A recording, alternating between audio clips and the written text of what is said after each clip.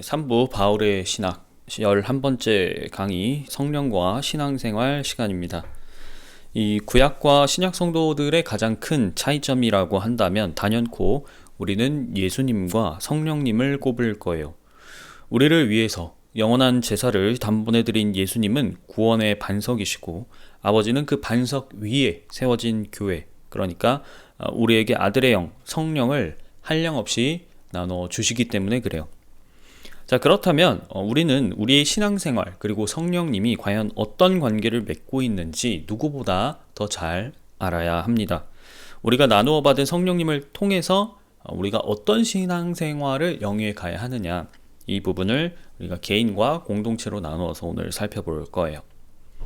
오늘 강의의 차례를 보면 첫 번째 성령과 육신, 그리고 성령의 열매의 마지막 성령과 사역 순서대로 살펴보도록 하겠습니다. 자, 먼저 첫 번째로 성령과 육신에 관해서 살펴보도록 하겠습니다. 바울은 우리의 신앙생활에 직접적으로 영향을 미치는 두 대상을 소개하고 있습니다. 그것이 바로 성령과 육신이에요. 우리는 본래 하나님의 영이 없이, 그러니까 하나님과 관계가 단절된 상태로 살고 있었던 죄인이었습니다. 그런데 우리가 예수님을 영접하니까, 마음에 모시니까 이후에 성령님과 함께 동거를 하게 되었죠. 그래서 전에는 없었던 새로운 양상이 나타나게 됩니다. 그것이 무엇이냐? 성령님 그리고 육신, 이 두 가지가 우리 안에서 서로 대립을 한다는 거예요. 자, 과거에 죄를 따라서 살던 이 육신은 이제 성령님에 의해서 의의 종으로 굴복하기를 요구받습니다. 그리고 이 충돌 과정에서 우리가 많은 갈등 그리고 고민을 하게 되는 것이죠. 바울은 성령과 육신이 서로 반목하는 관계라는 것을 굉장히 많이 강조하고 있습니다. 자, 그중 몇 구절을 찾아보면 이런데요. 갈라디아서 5장입니다. 육체의 욕망은 성령을 거스르고 성령이 바라시는 것은 육체를 거스릅니다. 이 둘이 서로 적대 관계에 있으므로 여러분은 자기가 원하는 일을 할 수 없게 됩니다. 지금 바울이 이렇게 육신이라고 말할 때는요, 죄의 종으로서 죽음에 속박되어 있는 몸을 가리키는 겁니다. 자, 이 몸이 무슨 속성을 갖고 있느냐? 욕심을 부려서 죄를 지으려고 한다는 거예요. 그래서 사람이 볼 때, 이 보는 것에서 오는 욕심, 이생의 자랑, 이런 것과 더불어서 이 세상에 속한 썩어질 것으로서 육신이 대표가 된다는 겁니다. 그럼에도 불구하고 이렇게 물을 수 있죠. 우리 몸이 자기 의지로 선한 일을 할 수 있지 않습니까? 맞는 말입니다. 그런데 아까도 말씀드렸다시피 바울이 여기서 말하는 육신이라는 것은 선한 일을 할 수 있음에도 불구하고 죄로부터 해방되지 못한, 여전히 죄와 죽음의 노예라고 말할 수 있는 원론적인 죄인으로서의 육체를 말하는 거예요. 종이나 노예라고 해서 자유가 전혀 없는 것은 아니죠. 다만 허락된 자유의 폭이 매우 좁을 뿐입니다. 종 그리고 노예는 본인을 올가매고 있는 주인을 거슬러서는 자유를 행사할 수가 없잖아요. 바울은 본래 우리 몸이 죄의 종노릇했기 때문에 죽음에서 해방될 수 없었다라고 이야기를 하고 있습니다. 죄가 죽음으로 사람을 지배한 것과 같이 그리스도 예수 안에서 생명을 누리게 하는 성령의 법이 당신을 죄와 죽음의 법에서 해방하여 주었기 때문입니다. 라고 바울이 로마서에서 이야기를 하고 있죠. 우리는 여기서 성령과 육신을 또 다른 구도로 바라볼 수 있게 됩니다. 그것이 무엇이냐? 법의 관점이에요. 이는요, 바울이 로마서에 율법을 주안에 두고 복음을 설명했던 맥락과 이어지게 됩니다. 우리는 피조물이기 때문에 기본적으로 창조주의 법칙 아래서 살아갈 수밖에 없어요. 근데 하나님이 처음에 인간을 창조하실 때 인간에게 자유의지를 주셨고 이 땅을 다스릴 권세도 주셨습니다.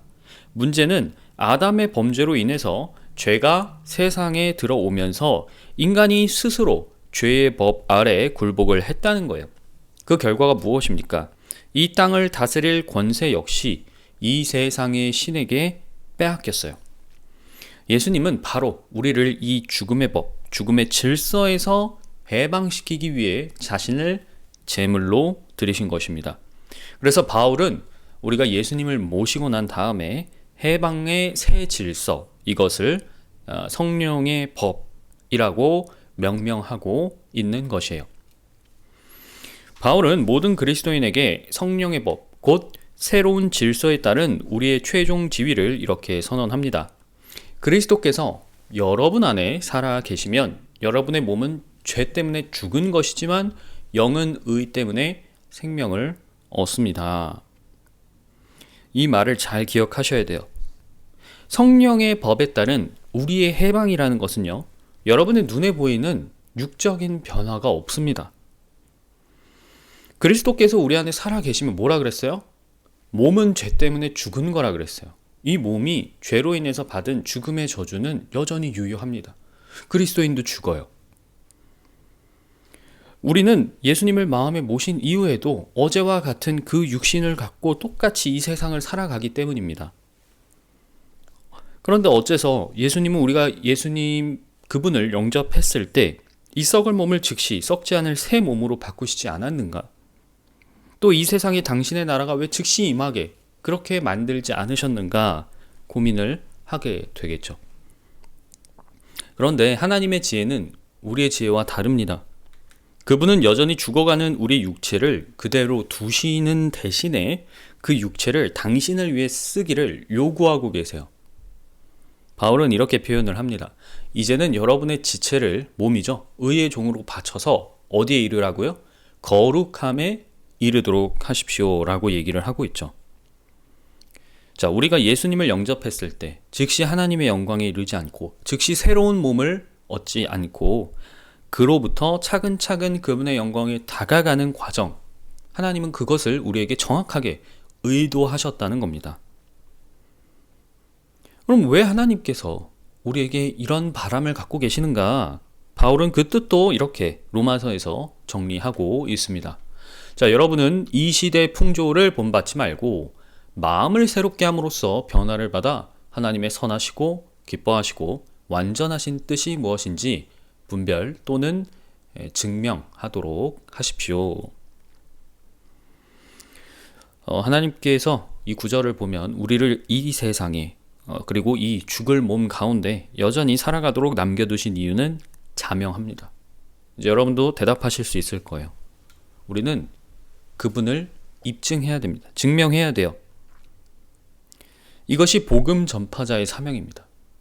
우리가 여전히 죽을 몸을 입고 이 땅에서 주님을 바라면서 살아가는 이유는 바로 우리를 통해서 또 다른 누군가가 예수 그리스도를 믿어야 하기 때문입니다. 만약 하나님에 관해서 아무도 입증하지 않고 증명하지 않고 전파하지 않는다면 성경의 표현대로 누가 그분에 관해서 듣고 알고 믿을 수가 있겠습니까? 그러니까 우리의 신앙생활은요, 여전히 죄를 지으려는 육체 그리고 성령 이 사이에 놓여 있습니다. 그런데 하나님은 이 과정, 이 상황을 통해서 우리에게 당신을 가르치시고 그리고 당신을 입증하게 하신다는 것이죠. 그리고 그런 우리를 통해서 교회는 굳게 세워지고 바깥에 있는, 교회 바깥에 있는 믿지 않는 사람들에게는 하나님에 관해서, 그리스도에 관해서 부정할 수 없는 무수한 증거를 접할 수 있게 됩니다. 바울은 이 하나님의 지혜를 우리가 깨닫고 또한 그분의 뜻에 적극적으로 동참하기를 지금 요구하고 있다. 이렇게 볼 수 있는 것이죠. 자, 그러면 우리가 성령과 육신에 대해서 충분히 살펴봤으니까 성령님이 우리에게 주시는 어떤 결과를 살펴보도록 하겠습니다. 아마 지금까지 교회 역사에서 가장 많이 강조하고 가르치는 내용을 꼽으라 그러면 바로 이 성령의 열매일 것입니다. 그럴 수밖에 없는 이유는 앞서 살펴본 우리를 향한 하나님의 뜻이 바로 이 열매로 드러나기 때문이에요. 그런데 우리가 성령의 열매를 생각할 때는요, 열매라는 결과만 주목하면 안 돼요. 결과는 뭐예요? 일련의 과정이 결실을 맺었을 때 나오는 겁니다. 즉, 열매는요, 열매가 있기까지 뿌리에서 영양분을 공급받아 가지를 내고 거기서 꽃이 피고 그리고 열매가 맺히면서 자라가는 그 모든 일련의 과정 끝에 있는 거예요. 성령을 간과하고 우리가 열매 자체에만 주목을 한다면 우리는 성령님께서 주시는 그 생명에 관해서 정말로 많은 부분을 놓치거나 간과할 수밖에 없을 겁니다. 자, 우리가 성령의 열매를 생각할 때는 항상 이것을 주의해야 됩니다. 무엇이냐? 성령의 열매라는 건 성령 충만의 결과라는 거예요. 우리가 이제 저번 주 설교에서도 살펴봤었죠. 바울은 모든 그리스도인에게 성령 충만을 요구하고 있습니다. 에베소서에 이런 구절이 있죠. 술에 취하지 마십시오. 거기서 방탕이 나옵니다. 오직 성령으로 충만해지십시오. 지금 바울이 여기서 성령 충만의 그 대척점으로 뭘 얘기하고 있습니까? 술에 취한 모습을 지적하고 있어요. 그러니까 술에 취한 모습은 인간의 가장 육적인 모습을 대표한다라고 해석을 할 수 있는 겁니다. 술에 취하는 것, 즉 자신을 방탕에 내어주는 것, 자기 육체에 대한 자제력, 절제력, 통제력을 스스로 놓아버리는 것은 우리 그리스도인의 신앙생활에서 나타나면 절대로 안 되는 모습이라는 거예요. 자, 그런데 단순히 우리가 육적인 욕구 혹은 욕심을 절제하고 자제하고 통제한다고만 해서 성령으로 충만해지느냐라고 묻는다면 반드시 그렇다고는 얘기할 수가 없습니다. 왜냐? 성령 충만은 우리의 복종, 즉 하나님의 뜻, 성령님께 복종하는 것을 전제로 하고 있기 때문에 그래요. 성령으로 충만하다 라는 말은요, 곧 하나님의 영이 나의 모든 것, 그러니까 정말로 나의 전부를 다 주관하시는 상태라고 정의할 수 있습니다. 나의 마음, 생각, 의도, 판단, 결심, 행동, 말, 이런 모든 것 따위가 성령님과 완전히 일치되는, 하나 되는 상태라고 말할 수 있어요. 이러려면 그분의 신격이 우리 안에 충만해야 됩니다. 그래서 그분의 인격까지도, 예수님의 인격까지도 우리에게 온전히 투영되어야 돼요. 이것이 가장 이상적인 상태라고 할 수 있습니다. 그러면 이런 의문을 제기할 수 있죠. 아니, 사람이 어떻게 그럴 수 있습니까? 그런데 이것은 성령님을 통해서 분명히 가능한 일이고, 하나님은 이런 방향성 안에서 우리가 그분의 자유를 마음껏 누리기를 바라고 계세요. 그래서 성령으로 충만한 사람은요, 먹든지 마시든지 자기 삶에서 무엇을 하든지 하나님의 영광을 추구하게 됩니다. 그리고 그 영광을 추구하는 과정에서 최종적으로 얻게 되는 결실이 뭐예요? 성령의 열매로 나타난다는 것이죠. 바울은 성령의 열매를 이렇게 소개합니다. 성령의 열매는 사랑과 기쁨과 화평과 인내와 친절과 선함과 신실과 온유와 절제입니다. 우리가 자주 암송하는 구절이잖아요. 중요한 점은 이 9가지 요소가 한 열매를 아우르고 있다라는 사실이겠죠. 온전한 결실을 위해서는 하나님의 균형을, 밸런스를 여러분이 유념하실 필요가 있습니다. 이 요소들의 특징 중 하나는요, 뭐냐면 서로를 반목하지 않는다는 거예요. 이 9가지 요소가 서로 협력해서 온전하고 완전한, 흠없는 하나님의 열매를 이룬다는 점이죠. 이게 말처럼 쉬운 일이 아닙니다. 사랑하지만 항상 기뻐하기 어려울 때가 많아요. 인내하면서 항상 마음이 화평하는 것도 어렵습니다. 온유하게 누군가에게 대하면서 그 사람에게 항상 친절을 베푼다는 것도 굉장히 쉬운 일이 아니에요. 이 9가지 요소가 서로 균형 그리고 보충을 통해 하나님께 완전한 영광이 되려면 이건 인간적인 의지로 한다고 해서 항상 달성할 수 있는 수준이 아닙니다. 우리 안에 계신 성령께 내가 반드시 마음의 보좌를 내어드려야 돼요. 그분이 주도적으로 나를 지도하고 이끌어 가셔야만 우리가 이 온전에서 떠나지 않을 수가 있습니다. 그래서 바울이 우리 신앙생활에서 항상 뭘 요구하냐면 하나님께 순종하기를 요구하고 있어요. 이것은 바로 예수님의 모습이기도 합니다. 빌립보서에 이렇게 얘기하죠. 자기를 낮추시고, 예수님은 자기를 낮추시고 죽기까지 순종하셨으니 곧 십자가에 죽기까지 하셨습니다. 여러분이 여기서 꼭 마음에 유념해 두셔야 될 부분은 뭐냐면 순종, 믿음, 이 두 가지는 하나의 묶음이라는 거예요. 그리고 믿음은요, 사랑, 소망과 하나의 묶음입니다.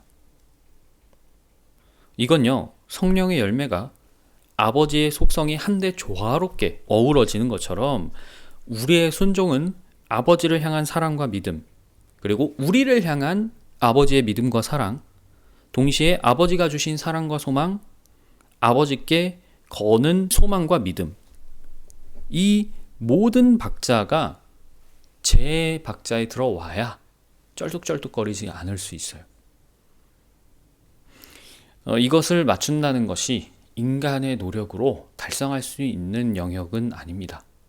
그렇기 때문에 하나님께서 주도적으로 하셔야 되는 것이고, 우리는 그 부분에 있어서 하나님을 완전히 신뢰하고 그분의 요구에 순종하고 복종하는 것이 성령의 열매를 위해서는 필수적이다라고 말할 수밖에 없어요.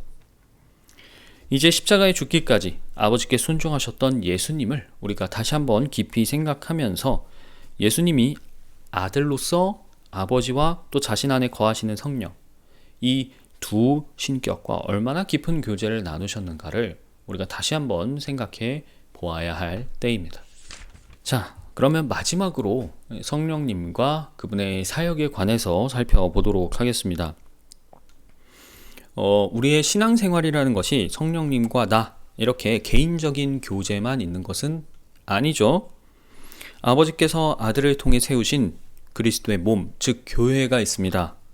그러니까 성령님과의 교제는 공동체적 교제도 포함되어야 해요.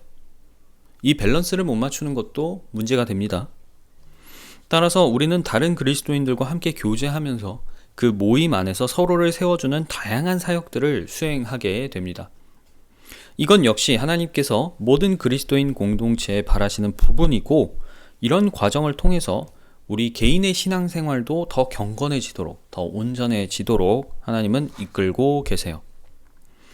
자, 바울은 고린도전서에서 우리 공동체 신앙생활 가운데 성령님이 주도하시는 여러 가지 사역을 대표적으로 은사로서 얘기를 하고 있습니다. 은사는 저번에도 말씀드렸지만 선물과 같은 단어예요. 기프트라는 뜻인데요. 일반적으로 성령께서 그리스도인에게 특별히 주시는 재능을 우리가 은사라고 번역을 합니다. 은사는 성령께서 나를 뽐내라고 주시는 게 아니에요. 은사는 봉사하라고 주시는 것입니다. 그러니까 내가 봉사해야 될 다른 성도가 없다면 은사는 아무런 쓸모가 없는 거예요. 성령께서 은사를 나누어 주시는 주체, 이 사실을 미루어 봤을 때 그리스도인의 봉사는 뭐예요? 하나님이 바라시는 분명한 그분의 뜻이라는 것입니다. 우리가 이 점을 놓치면 안 돼요. 바울은 이렇게도 말하는데요. 각 사람에게 성령을 나타내 주시는 것은 공동 이익을 위한 것입니다. 성령을 나타내 주시는 것, 이것이 은사를 통한 봉사를 얘기하는 거예요. 그게 뭘 위한 거라고요? 공동의 이익입니다. 공동이 없으면 성령의 나타내심, 즉 은사는 아무런 의미가 없는 것이에요. 그래서 그리스도인이라고 스스로 고백하면서도 공동체를 외면하고 있다, 다른 성도를 세워주는 사역에 소홀하다, 관심이 없다, 그것은 분명히 성령님을 슬프시게 하는 일입니다. 바울은 그가 사역하던 당시 은사 그리고 그에 따른 봉사에 관해서도 구체적으로 언급을 하고 있습니다. 고린도전서 12장 8절부터 나오는데요. 지혜의 말씀, 지식의 말씀, 믿음, 치유, 기적, 예언, 영의 분별, 방언, 통역, 이렇게 9가지가 은사로 등장을 합니다. 이런 은사들은 사도행전 등 초기 교회에서 매우 활발히 나타났던 성령의 능력이고요. 오늘날에도 다양한 모습으로 나타나고 있어요. 이에 따른 봉사도 다양합니다. 예를 들어서 사도나 이 감독, 교사, 이런 사람들은 말씀에서 지혜 그리고 지식을 찾아내겠죠. 큰 믿음이 있는 성도는 믿음이 약한 성도를 지탱해 줄 겁니다. 하나님의 말씀을 먼저 받은 사람이 예언자잖아요. 그런 예언자는 자신의 예언을 통해서 하나님의 지혜를 드러내겠죠. 치유와 기적을 행하는 사람은 하나님이 온전하게 하시는 분이라는 것을 모두 앞에서 증명해낼 것입니다. 이렇듯 은사는 봉사로 드러나고 또한 봉사를 위해서 주어지는 것이에요. 성령께서 우리와 공동체에 펼치시는 사역의 본질을 잘 보면요. 형태는 다양합니다만 핵심은 무엇이냐? 우리의 영을 새롭게 한다는 것에 있어요. 좀 이해가 안 가실 수 있습니다. 영을 새롭게 한다는 게 도대체 무슨 뜻일까? 이 고린도전서 16장 18절의 표현인데 루터는 이 표현을 영의 생기를 불어넣다라고 번역을 했고요. 제임스 왕역 성경에서는 영을 새롭게 하다라고 말을 하고 있습니다. 세번역 성경에서는 마음의 생기를 불어넣다 이렇게 옮겼고요. 자, 잠언 4장 23절에 보면 생명이 우리 마음에서 나온다라고 가르치고 있습니다. 그러니까 영, 마음은 굉장히 밀접한 관련을 갖고 있어요. 성령님의 사역은 우리의 영, 그리고 우리의 마음을 공략하는 것입니다. 영과 마음을 새롭게 함으로써, 즉 거기에 생기를 불어 넣어 줌으로써 우리가 하나님께 살아있도록 하는 것, 이것이 성령님의 모든 사역의 본질이에요. 이 세상, 썩어질 것들, 하나님께 영원하지 못한 것들은 우리가 거기에 죽는 것입니다. 반면에 영원한 것, 즉 하나님께 속한 그분의 영광, 그 모든 일들에만 우리가 살아있고 반응하는 것, 그것을 위해 우리가 존재하게 만드는 것, 이것이 성령님의 사역의 목표죠. 그래서 우리가 이렇게 영적으로 하나님 나라 안에 지속적으로 머무를 때 성령을 통해서 누리는 열매가 뭐예요? 의, 화평, 그리고 기쁨인 것입니다. 우리는 이 교회로 서로 모이면요, 이 각자에게 성령님을 통해서 생명을 불어 넣어주는 사역을 수행해야 됩니다. 형태는 다양할 수 있어요. 하지만 본질은 여기에 있어야 돼요. 내가 성령님을 통해서 아버지가 주시는 아들 안에 있는 생명을 날마다 공급받잖아요. 마찬가지예요. 우리가 모이면, 우리가 서로를 위해 봉사할 때는 그것이 드러나야 되는 겁니다. 그것이 전달돼야 돼요. 예수님이 이렇게 말씀하신 바 있습니다. 나의 양식은 나를 보내신 분의 뜻을 행하고 그분의 일을 이루는 것이다. 뭐예요? 하나님께서 나한테 맡기신 사역, 그 사역을 감당하는 것이, 수행하는 것이 내 양식이야. 우리한테 적용하면 성령님이 우리에게 펼치시는 모든 사역이 우리의 영적 양식이 된다라는 겁니다. 여러분이 성령님과 함께 풍족한 신앙생활을 한다면 성령님의 사역은 아버지의 뜻을 행하고 그분의 일을 이룸으로써 내 영이 항상 만족할 수 있는 비결이 됩니다. 즉 성령님께 내가 은사를 구하고 그 은사로 하나님의 일을 하는 것, 봉사를 하는 것이야말로 우리 신앙생활에서 지속적으로 영적 양식을 얻는 또 다른 길이라는 것이죠. 그래서 만약 다른 성도의 섬김만 내가 받고 있다. 그러면 그 그리스도인은 아무리 채워도 자기 안에 채워지지 않는 부분이 있을 수밖에 없어요. 그것을 본인이 알든지 알지 못하든지 뭔가 공허한 것이 계속해서 드러날 수밖에 없습니다. 자, 사람이 이 땅에 사는 동안 일을 해야 됩니다. 단순히 우리가 일을 해야만 먹고 산다는 저주 때문만은 아니죠. 내가 무언가를 해야만 이 세상에서 삶의 의미, 자기 가치를 찾을 수 있잖아요. 그리스도의 몸 안에서도 마찬가지입니다. 하나님이 부르셨으면, 이 몸의 구성원으로 만드셨으면 자기 역할이 있어요. 그리고 그 역할을 수행해야만 자신의 신앙생활이 보다 온전해질 수 있습니다. 어떤 공허한 부분들이 없을 수 있어요. 하나님께서 왜 우리를 지체로 만드셨겠습니까? 다양한 역할, 다양한 봉사를 우리에게 나누어 주시고 그것을 수행하게 하시는 그 일에 관해서 우리가 고민하고 잘 이해할 필요가 있습니다.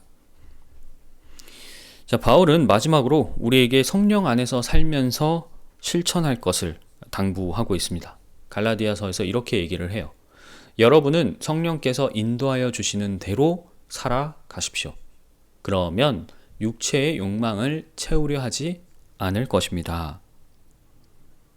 왜 우리가 성령의 인도대로 살면 육체의 욕망을 채우지 않을 수 있죠? 우리가 거두고자 하는 열매가 뭡니까? 영생이에요. 영원한 생명. 우리는 썩어질 세상에 무언가를 거두려고 지금 이 세상을 살아가고 있는 것이 아닙니다. 그래서 바울은 갈라디아에서 또 이렇게 얘기를 하죠.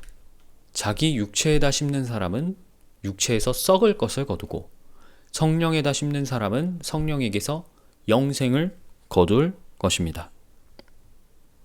하나님께서 자신의 영, 아들의 영을 우리 각자에게 넘치도록 나누어 주신 것은 그 성령께서 우리 구원의 보증이시기도 하지만 내가 보증을 받았으면 보증을 받은 그 아들답게 상속자답게 아버지의 영광을 이루면서 살라는 굉장한 책임이구나. 이런 무거운 무게로 여러분들이 인지하실 필요가 있습니다. 기쁜 일이죠. 성령님이 내 안에 계시다는 것은 너무나 감사한 일이지만 여러분이 그 감사한 만큼 한편으로는 이 땅에서 살아갈 때 굉장한 부담감도 느끼셔야 돼요. 그 부담감은 여러분께 굉장히 좋은 건강한 부담감이 될 겁니다.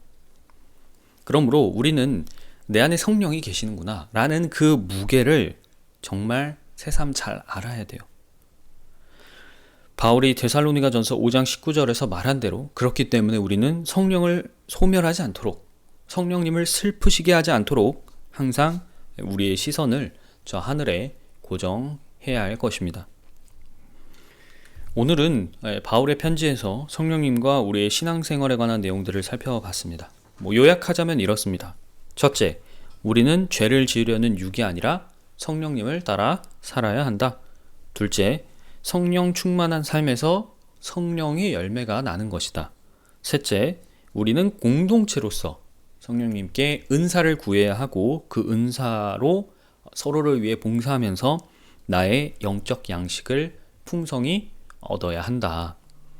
자, 이 부분들을 잘 기억하시고요. 우리가 다음 시간에는 조금 흥미로운 부분이죠. 결혼과 가정에 대한 이 바울의 가르침에 대해서 살펴보도록 하겠습니다.